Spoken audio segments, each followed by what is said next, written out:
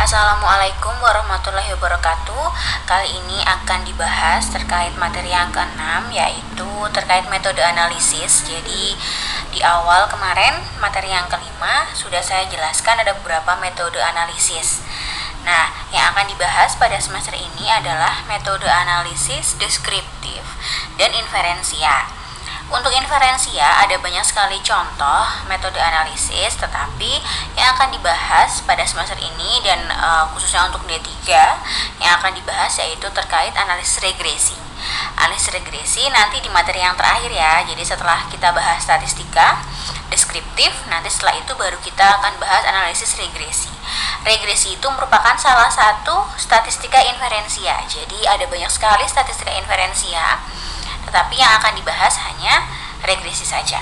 Oke, untuk materi yang ke-6 akan dibahas terkait statistika deskriptif. Jadi untuk statistika deskriptif ini ada dua jenis, yaitu statistika deskriptif kualitatif dan deskriptif kuantitatif. Waktu itu kalian sudah belajar pengertian terkait kualitatif dan kuantitatif. Untuk kualitatif sendiri adalah yang tidak berbentuk angka, sedangkan kuantitatif yaitu berbentuk angka. Nah, nanti akan kita bahas masing-masing. Materi yang ke-6 bahas kualitatif dulu, nanti di materi yang ke-7 minggu depan akan dibahas terkait yang kuantitatif. Oke, sebelum masuk ke kuantitatif dan kualitatif, kita review lagi pengertian dari deskriptif. Jadi statistika deskriptif seperti yang sudah sering saya jelaskan bahwa deskriptif adalah salah satu metode analisis statistika, di mana di deskriptif itu dia hanya menggambarkan atau mendeskripsikan atau menjelaskan dan menganalisis data variabel mandiri. Jadi hanya satu saja variabelnya, tidak banyak variabel. Itu kenapa kalau di kemarin di materi yang kelima sudah saya bahas bahwa kalau inferensia itu hubungannya komparatif, mengcompare, membandingkan beberapa variabel atau asosiatif, yaitu untuk mengetahui beberapa hubungan variabel. Itu untuk inferensia. Sedangkan deskriptif karena ini hanya satu variabel mandiri, maka dia hubungannya bukan asosiatif, bukan juga komparatif, tetapi dia hanya menjelaskan variabel mandiri saja. Jadi dia hanya menjelaskan, menggambarkan, mendeskripsikan, tidak digunakan untuk membuat suatu kesimpulan yang lebih luas.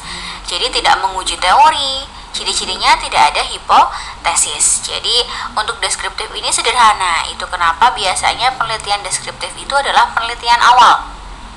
Untuk nantinya si peneliti melanjutkan penelitian lanjutan menggunakan analisis yang inferensia seperti itu. Nah, seperti sudah saya jelaskan tadi bahwa statistika deskriptif ada dua, yaitu kualitatif dan kuantitatif. Di materi yang ke-6 akan dibahas terkait yang kualitatif dulu. Jadi kualitatif ini dia tidak berhubungan dengan angka. Tidak berhubungan dengan angka itu bukan berarti datanya tidak berbentuk angka. Data yang dipakai, data yang dideskripsikan, yang dijelaskan, yang dianalisis bisa berupa angka. Tetapi untuk deskriptif kualitatif itu dia tidak ada perhitungan. Jadi hanya menjelaskan data saja, baik data itu angka maupun bukan angka. Jadi pengertiannya yaitu metode analisis deskriptif kualitatif merupakan atau digunakan untuk menyelidiki, menggambarkan dan menjelaskan kondisi yang tidak dapat diukur dan digambarkan melalui perhitungan atau pendekatan kuantitatif. Jadi ketika analisis kalian tidak ada perhitungannya, tidak ada rumusnya, maka kalian menggunakan metode analisis deskriptif kualitatif. Meskipun data yang dipakai, yang dijelaskan itu angka. Tapi misal nih, contoh menjelaskan penjualannya tidak dianalisis labanya berapa, tidak dihitung, tidak ada perhitungannya, berarti kalian pakainya deskriptif kualitatif. Tapi ketika kalian meneliti laba, dihitung penjualannya, itu berarti kalian pakainya yang kuantitatif. Nah, data yang terhimpun dalam metode analisis statistika ini adalah data kualitatif yang didapatkan melalui observasi dan wawancara. Meskipun dari observasi atau wawancara tersebut ada data angkanya, tetapi dia tidak dihitung. Kemudian berapa data kualitatif dengan metode analisis statistika ini mungkin dapat dibuat kuantitatif atau datanya berupa angka menggunakan skala-skala. Kemudian pengolahannya tidak berdasarkan perhitungan. Jadi kalau kalian datanya kualitatif kemudian kalian rubah menjadi angka, menjadi kuantitatif pakai skala, kemudian ada perhitungannya lagi, ada rumusnya lagi, berarti kalian pakainya kuantitatif. Tapi kalau tidak pakai hitungan rumus, tidak dianalisis menggunakan rumus, maka kalian pakainya yang kualitatif. Perbedaannya di situ antara yang kualitatif dan kuantitatif. Nah, di sini ada beberapa contoh penelitian. Nanti untuk yang kuantitatif juga ada contohnya di materi yang ke-7 minggu depan. Beberapa contoh yaitu ada penelitian berjudul Analisis Sistem Informasi Akuntansi. Kalian sudah dapat materi Sistem Informasi Akuntansi ya? Di situ kalian dilihat bahwa ada alur-alur bagaimana caranya membuat sistem. Nah, di situ meskipun Sistem Informasi Akuntansi penjualan, tetapi dia tidak pakai rumus. Kalian hanya menjelaskan alurnya aja, bagian alurnya aja. Berarti kalian menggunakan analisis statistika deskriptif kualitatif, tidak kuantitatif. Oke, kemudian contoh yang kedua, analisis pengendalian internal pada perusahaan. Jadi di sini dicari tahu sistemnya juga sama, tetapi apakah sudah sesuai dengan SOP atau belum, standard operation perusahaannya. Jadi misal nih contoh penjualannya harus dibayar secara transfer. Nah, itu transfer apa enggak gitu. Jadi dia hanya menjelaskan saja kondisi yang terjadi, tidak ada perhitungan untuk yang analisis pengendalian internal pada perusahaan. Kemudian contoh yang ketiga, analisis penerapan pengujian substantif oleh kantor akuntan publik. Jadi di situ ada beberapa pengujian substantif yang dilakukan oleh KAP dalam melakukan pekerjaannya. Nah, nanti kalian jelaskan di situ. Jadi kalau deskriptif kualitatif itu tuh lebih sederhana, sangat sederhana, karena kalian hanya perlu menjelaskan. Cuman kelemahannya penelitian ini, kalau kalian sebagai peneliti tidak bisa menjelaskan secara panjang lebar dan lengkap, maka penelitiannya akan sangat sedikit atau halamannya sedikit. Jadi tipis banget nanti penelitiannya dan penjelasannya tidak menyeluruh. Tapi kalau kalian termasuk orang yang bisa menjelaskan secara panjang lebar, penjelasannya secara lengkap, maka kalian bisa pakai deskriptif kualitatif. Dan lagi-lagi deskriptif kualitatif atau metode deskriptif ini dia hanya penelitian awal biasanya. Nanti selanjutnya ada penelitian yang lanjutan. Jadi kalau kalian TA-nya mau pakai deskriptif kualitatif, nanti misal S1 mau lanjut, kalian bisa melanjutkan dengan topik yang sama tetapi metode analisisnya berbeda. Nanti kalau mau S2 lagi juga bisa, topiknya sama tapi tinggal dilanjutkan lagi aja, analisisnya berbeda metodenya. Dan yang terakhir contoh penelitiannya yaitu analisis target market variasi produk baru pada perusahaan. Ini biasanya lebih ke manajemen ya, tapi untuk akuntansi beberapa ada yang pakai ini juga. Dan di judul yang keempat ini akan saya jelaskan lebih lanjut terkait analisis target market variasi produk, karena sekalian mau menjelaskan terkait tabulasi data. Jadi kemarin di materi yang kelima kalian belajar terkait langkah-langkah mengolah data dari hasil kuesioner. Nah, di sini akan saya lanjutkan lagi bagaimana caranya si kuesioner itu dipakai di penelitian, khususnya di deskriptif kualitatif. Jadi kita pakai judul yang analisis target market variasi produk baru pada perusahaan. Oke. Nah, kasus penelitian yang keempat tadi, kita perlu melakukan beberapa persiapan sebelum melakukan atau penyebaran kuesioner, yaitu kita perlu melakukan tujuan penelitian dulu, menentukan, yaitu kita akan menentukan target market dari produk yang akan dipasarkan agar produk yang dipasarkan tepat sasaran dan mendapatkan hasil sesuai dengan yang diinginkan. Kalau kalian termasuk pengusaha atau mau jadi pengusaha, penentuan target market di awal itu sangat penting ya, agar kalian bisa mengirit tenaga, biaya terkait promosi dan tepat sasaran. Jadi resiko tidak lakunya lebih kecil atau kemungkinan akan lakunya lebih besar ketika kalian sudah menentukan target market di awal. Nah, di target market ini kalian perlu mengetahui terkait segmentasi dari bisnis kalian sendiri, produk kalian itu dianalisis sendiri, yaitu bagaimana analisis secara demografis, geografis, dan psikologis. Jadi penentuan pasar itu sebelumnya didahului dengan analisis produknya sendiri. Jadi produk kalian itu secara demografis, geografis, dan psikologis itu seperti apa, sehingga nantinya akan dipasarkannya kemana itu akan lebih jelas.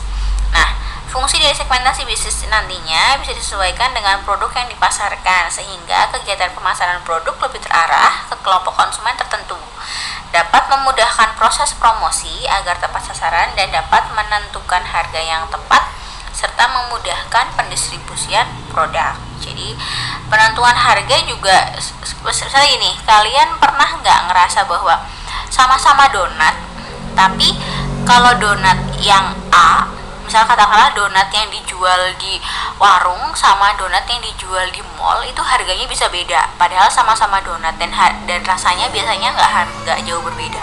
Ya karena segmentasi pasarnya berbeda. Orang yang beli di warung dia mampu untuk membeli berapa, sedangkan orang yang beli di mall mampu membeli berapa. Dan biasanya orang sendiri kalau beli donat di mall dia nggak bilang ih mahal banget, ya enggak.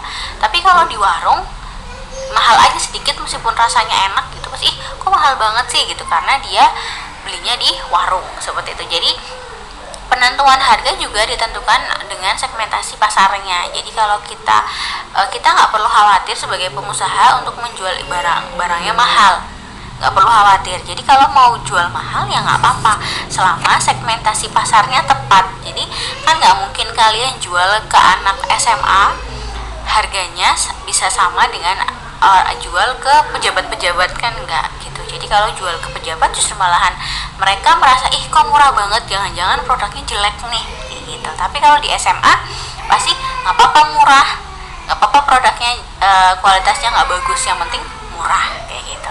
Jadi segmentasi pasar itu berbeda-beda. Jadi kita perlu analisis dulu produk kita kayak gimana untuk nantinya ditentukan analisis demografis, geografis, dan psikologis. Oke. Beberapa kategori, ini sheetnya sama ya, yang akan dijelaskan sebagai berikut. Oke, yang pertama kita akan bahas terkait segmentasi demografis. Demografis ini adalah kita menentukan beberapa poin seperti pasar kita atau konsumen kita nantinya dia berjenis kelamin apa, usianya berapa, pendidikannya apa. Itu yang penting ya, atau yang umum. Demografis ada banyak, bisa saja lokasi rumahnya di mana, bisa juga kalau lokasi itu masuknya geografis ya, bisa juga misal kayak seleranya kayak gimana. Jadi demografis itu lebih ke sifat-sifat dari konsumennya. Nah, contoh kasus di sini ada kasus produk bisnis yaitu jilbab untuk dewasa, maka target marketnya ditunjukkan kepada muslimah atau wanita dewasa. Jadi tergantung ya, kalau jilbabnya anak-anak berarti target marketnya ya anak-anak, kalau ini dewasa berarti usia di atas 17 tahun. Untuk pendidikannya bisa macam-macam pendidikan, tapi lagi-lagi tergantung kalian mau menentukannya ke siapa, pasarnya mau apa. Kalau misalnya mau ke orang yang sudah bekerja berarti usianya enggak 17 tahun, dia bisa 20 tahun. Pendidikannya ya berarti minimal S1 atau minimal D3 seperti itu ya. Jadi karena kalau harganya, lagi-lagi saya sampaikan bahwa kalau harganya mahal, untuk orang yang berpendidikan tinggi pasti tahu bahwa oh iya itu mahal karena bahannya kualitasnya bagus gitu. Tapi kalau orang yang berpendidikan tidak tinggi atau rendah, dia yang penting murah dulu, bahannya nggak enak ya nggak masalah kayak gitu. Jadi tergantung kalian mau menentukannya seperti apa. Oke, kemudian segmentasi geografis. Di geografis ini berarti lokasi atau wilayah calon pembeli yang di mana dia gitu ya. Misalnya nih, kalau kalian jual di Tegal sama kalian jual di Jakarta pasti berbeda segmentasi pasarnya, atau mungkin modelnya. Tegal sama kabupaten aja, orang di Tegal lebih suka jilbab yang kayak gimana, kalau di kabupaten lebih suka jilbab yang kayak gimana, karena lokasi ini juga mempengaruhi kebiasaannya dia. Jadi kalau yang di kota dia kekinian, oh berarti model-modelnya yang model-model terbaru. Tapi kalau di kabupaten yang penting nyaman, berarti modelnya biasa saja tapi dia lebih ke kualitasnya, misal seperti itu. Nah, contoh lagi yaitu di sini penjualan jilbab akan lebih mudah dilakukan di daerah atau wilayah yang dekat dengan pondok pesantren atau wilayah yang mayoritas muslim. Jadi kayak di Tegal termasuk yang mayoritas muslim. Jadi untuk penjualan jilbab pasti akan banyak. Nah, tinggal disesuaikan kebiasaannya mereka. Mereka terbiasa menggunakan model yang seperti apa, motif yang seperti apa. Nah, nanti kita sesuaikan. Jadi kita fokusnya ke model yang kayak gimana, kita masukin ke pasar di mana yang kira-kira orang tersebut, wilayah tersebut suka dengan desain yang kita buat, seperti itu. Kemudian segmentasi psikologis, yaitu ada tingkat pendidikan, dia mempengaruhi gaya hidupnya ya. Contoh yang tadi saya sampaikan bedanya di kota Tegal sama di Kabupaten Tegal. Kalau di kota Tegal yang penting hits dulu gitu ya, yang penting modelnya kekinian dulu gitu. Tapi kalau di kabupaten mungkin beberapa yang penting nyaman. Jadi kita bisa lihat dari tingkat pendidikannya, tingkat pendapatannya, status perkawinan, jenis pekerjaan dan sebagainya. Jadi lagi-lagi segmentasi demografis, geografis, dan psikologis itu satu kesatuan. Jadi semuanya harus dianalisis tergantung dari produk yang akan kalian keluarkan, seperti itu. Nah, selanjutnya akan saya jelaskan terkait tabulasi data. Jadi analisis segmentasi tadi, demografi, psikologis dan demografis, psikologis, sama geografis itu adalah analisis produk kalian sendiri. Kemudian bisa diturunkan menggunakan kuesioner ketika kalian sudah atau ingin mencoba melempar atau menganalisis benar nggak sih analisis yang kalian buat sendiri itu sesuai dengan apa yang didapatkan dari pendapat si beberapa konsumen atau calon konsumen. Nah, di sini akan saya jelaskan atau saya beri contoh kuesioner. Kalau tabulasi data adalah data yang sudah diisi di kuesioner, kita pindahkan ke bentuk tabel. Itu akan saya jelaskan juga. Di sini ada contoh kuesioner terkait kepuasan konsumen dalam transaksi penjualan hijab milenial hijab. Pertama, syarat kuesioner adalah kalian harus punya surat izinnya dulu. Jadi disampaikan bahwa itu kuesioner ini digunakan untuk apa, akan diberikan oleh siapa yang membagikan dan lain sebagainya, dan ucapan terima kasih seperti itu. Kemudian yang kedua, kalian perlu menyampaikan atau menanyakan identitas respondennya. Untuk nama boleh ada, boleh enggak ya. Nah, di sini ada beberapa identitas responden yang termasuk dalam segmentasi demografis, yaitu ada nama, jenis kelamin, usia, dan pendidikan. Kemudian selanjutnya ada pertanyaan yang akan kalian tanyakan. Di sini akan menanyakan terkait pendapat konsumen atau calon konsumen terhadap variabel produknya. Kalau kalian membagikan kepada konsumen, berarti harus konsumen yang sudah pernah membeli. Kalau pada calon konsumen, berarti calon konsumennya diminta untuk melihat dulu produknya.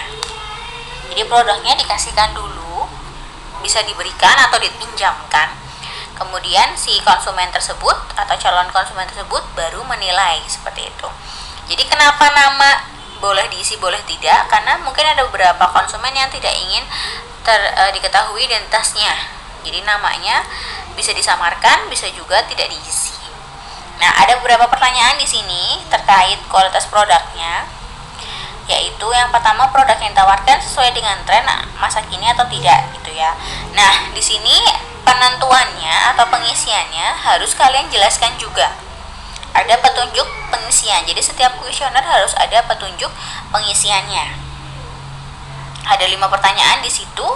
Kemudian dari hasil kuesioner yang dibagikan, baru kita lakukan tabulasi data, yaitu memindahkan data yang ada di kuesioner ke bentuk tabel. Di sini hanya 10 contoh kuesioner yang saya masukkan.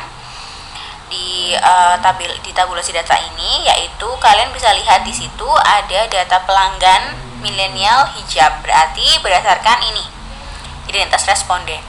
Di situ kalian bisa lihat ada nama pertama yaitu Ana, dia jenis kelaminnya 2, artinya 2 itu perempuan, karena di situ saya sebagai peneliti menentukan atau membuat skala nominal, laki-laki adalah 1, perempuan adalah 2.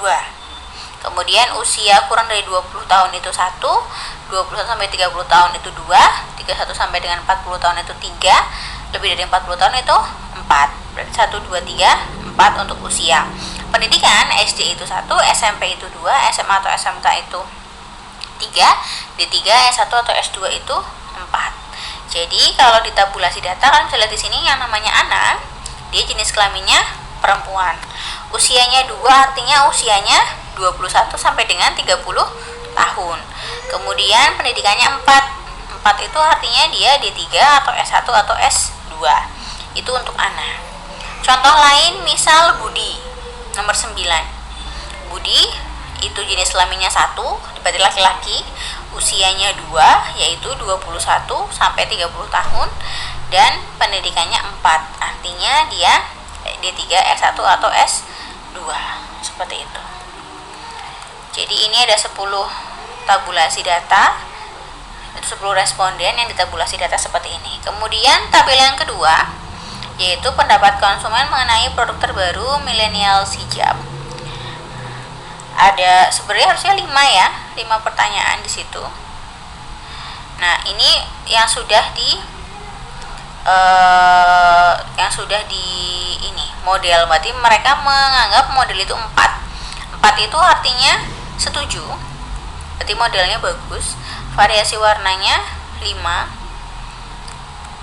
berarti bagus ya. Kemasannya 3, dan kualitasnya seperti itu.